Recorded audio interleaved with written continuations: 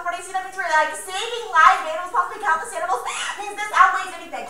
You continually talk about the state of the human what the state has done to technology and sanitize, what the state has done to perform. But we're implicating each and every one of us and making us experience violence of our actions. This is where ethic comes from, not from a conversation, but from seeing what we're doing and addressing ourselves afterwards. They never address our key internal link. That's the hierarchy. Our code shifts for evidence. It's all pretty good to talk about why the fact that we have a hierarchy of being is great to be where we assign beings lower on the value judgment. This is what Adams talks about the anti-racist theories that are historically anthropocentric, like the 1AC. They reinscribe the hierarchy by demarcating all humans as human beings, all non-human animals as lower beings, and by them trying to say that they are the non-human and they understand the non-human. It's not necessarily true. They are not being factory farmed. They're still alive. They're not getting raped every fucking day just to get some milk. Roll the ballot. Roll the ballot is who can best write or break down the war against the non-human animal. This is this outweighs. Let's roll the ballot. Look at the role of the critic on the other end, one in our. They read this Breed Harper evidence. It's not really applicable. Breed Harper is criticizing animal rights, which is also what our ethic is doing. Our ethic is formed out of a criticism of the animal rights movement. That's like the welfare of the rights movement, thinking that we can use the law to change the law to just make it more humanely slaughtered, or so that we shouldn't slaughter them at all. And that's the ethic of care. And that's what results in the ethic of care. We're both that criticism of the same thing, but we're not mutually exclusive with this. And they make this ontology argument. Donovan also makes an ontology argument. We're going to have the root cause of this for a few other reasons. Donovan states that you never change the ontology. It's the real issue, which is seeing us as isolated, so Donovan 6 card from the 1 and C, he sees us as isolated, rational isolates, but it's not true at all. It just completely ignores the social and political surrounding and how you relate to other beings, the human and non-human. This is an ontological issue because they're not seeing us as social creatures. What they're seeing is inherently masculine. That's the fact that it's a universal person. They can say a universal law, and that's good. Yeah. Death is the only thing you need to evaluate here. Animals are, non-human animals are literally dying every day. They've been dying in the past, and this root cause of their death and suffering is going to turn the ass. Root cause issues. Speciesism predates and makes racism possible after Spirit 8. Speciesism gets sexism to get racism. Part of our challenge is the connection between us and everything, particularly other living things, right? To be able to intersect the racism and sexism and know how women are put up in span, minorities are in competition with each other, and able to see this manipulated and see here's behind the ability to see the obvious relationship between nothing's condition. The root of oppression, the first oppression that one can identify clearly is that of animals. The ability to separate what's between what's on their fork and their knife, the ability to care about some life but not all life, the ability to laugh at or laugh off the separate animals. It took a long time to study, and it's a serious documented indoctrination to make people dead to these connections. The deadening and selective compassion that results is when we sit in our hands as Iraqis are blown pieces and blow themselves to pieces of race and despair and the barbaric treatment that they suffer. It's why dark war is happening, and why nobody's doing anything about it. It's why Bush can steal 2 elections. We pretend that we're better than us. We are not necessarily the tamest, most domesticated, most brutally detached animals on the planet. As long as we are not heaven help this world. And the critical explanation of history is seen only through the human standpoint. Promoting an ethic of care allows us to listen to the voices of the animal, and in turn, once we can see history through the animal standpoint that highlights root causality. Repression also means they probably can't perm when they don't take our dialogue. We are the only ones who dialogue with the non-human animal means they can't perm this. It's also like a diss out to their methodology. That's 9. The question of the animals now being used by many scholars to highlight the notion that human specific conceptions subjectivity must be called into question, whereas nearly all histories of so-called radical narratives have been written from the human standpoint. A growing number of theorists have broken free the species of straitjacket to examine history and society from the standpoint of non-human animals. This questions of the interaction between human and non-human animals past the origin of development societies. The dynamics of the relationship between humans and non-human animals, and therefore interprets history not from an evolution position that reifies human agency as the autonomous actions of Promethean species, rather from a co-evolutionary perspective sees non-human animals as separately embedded in human history and as a dynamic agent in their own right. The animal standpoint seems to illuminate the origins of development of dominator culture to discern moral and social progress means a far deeper sense of what is historically humanist historiography. However, critical, subversive, groundbreaking, radical, the proto-historical position, and very few theorists have managed to see beyond the humanist bias in order to adopt proper analytical moral relation to other animals. They have failed to grasp the importance of non-human animals and human life. The problem is which domination of humans and other animals creates conflict and disequilibrium in human relations to one another. The earth has told us the animal standpoint seeks to generate to illuminate human biological social evolution in important new ways, such as regularly origins, dynamics, and development of dominator culture, social hierarchies,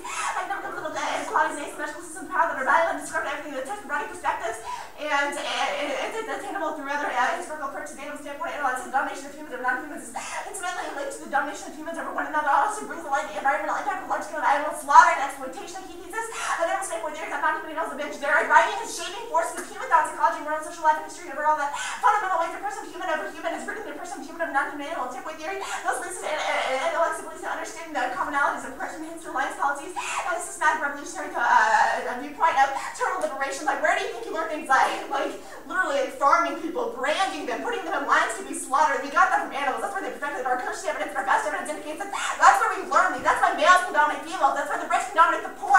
We learn this from the animals. And they say permanent. Nope, no timing strategy trade-off. You didn't choose to focus on animals. That's why it's not useless. Anything you choose to consider. Our method is a direct challenge to advocacy is that you chose the wrong focal point, and the root cause solves it. You have to solve it better. This is a debate about method evaluating, which seems method is best. You can't perm this and a counter-perm. Strongly focused on anthropocentric and advocating to burn down the shit. Prefer this if we win the root cause debate. And if we don't want a framework and don't challenge the fairness of your method, evaluate competing methods.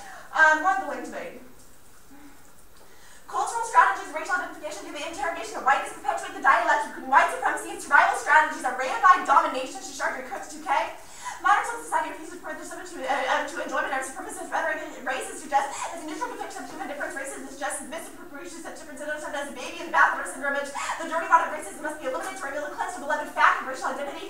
Whether race exists in our racialization is a hard historical fact. We have no choice according to the reasoning between habit or assigned racial positions. Modern civil society engages in such reification because the desire to use the dialogue between races to lie of us, and thus prohibit what term racism as prevent the annihilation, not so much of the theory of racism, but the system of the race itself. This is how the system of desiring whiteness perpetuates itself. Even the discourse is better pragmatically and against racism. The vigilance of race has a structure can be attributed to its denial of perpetuate the dialectic. The racial whiteness is fully the structure.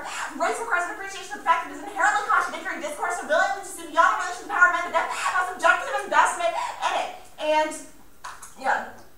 Just to reify, or like just to go to what we got, our Christianity talks about why we render invisible, we normalize war. They can't solve the normalized definition of war. Means they link into this argument when they normalize war. This is why the violence can happen in the first place, because they operate with this Western conception of war, of violence, of what it is to detain, to kill, to targetedly kill. So this is something that they can't solve the root cause. That's again, they never directly respond to this fact. Part of the analysis that things like they killed my baby, they took them. Like, where are they? These are things that is said, like that are thought and said every day by the calves who are taken away from their mothers because they're going to veal farms so their mother can continue to give milk in the dairy farm. Like, this is not unique to the human animal.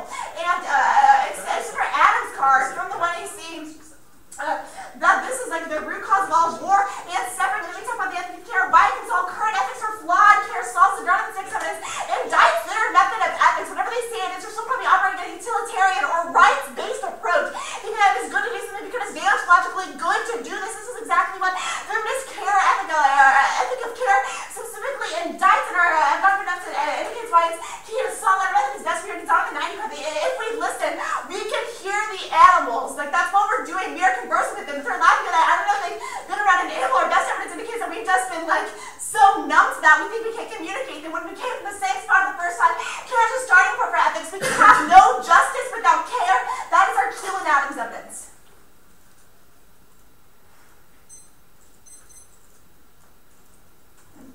Alright, actually, before we start cross-sects, can I actually get you to give me a jump drive with everything you read in the order that you read?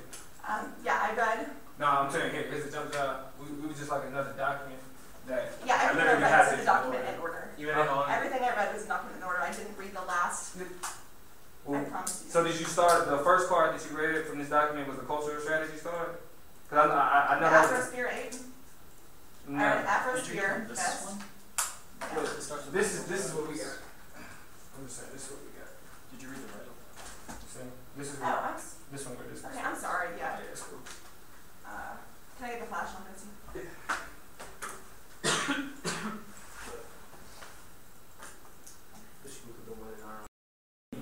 To be a being. Yes. You are sentient. You are alive. You can feel pain. That's literally what it means to be a being. There might be like other considerations, but so are animals beings? Yes. And humans are beings? Yes. So what does it mean to be a human? What does it mean to be a human? Yes. We don't particularly take a stance on that. What the hierarchy that our authors indicted, like just because the fact that you are a Homo sapien, just because my question is more like, how can you criticize this human human, non-human divide if you have no clear articulation of what it means to be human in the first place?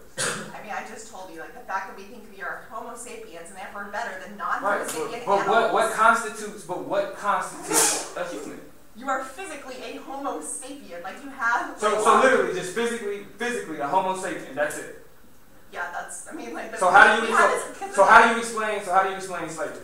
How do I explain slavery? Yes. Because we learned to oppress the non-human animal and then took those practices to other social settings. So we took those It's the same practices. reason I'm oppressed as a woman. Okay, right. Now, when we get to the point of sentient beings being beings, right?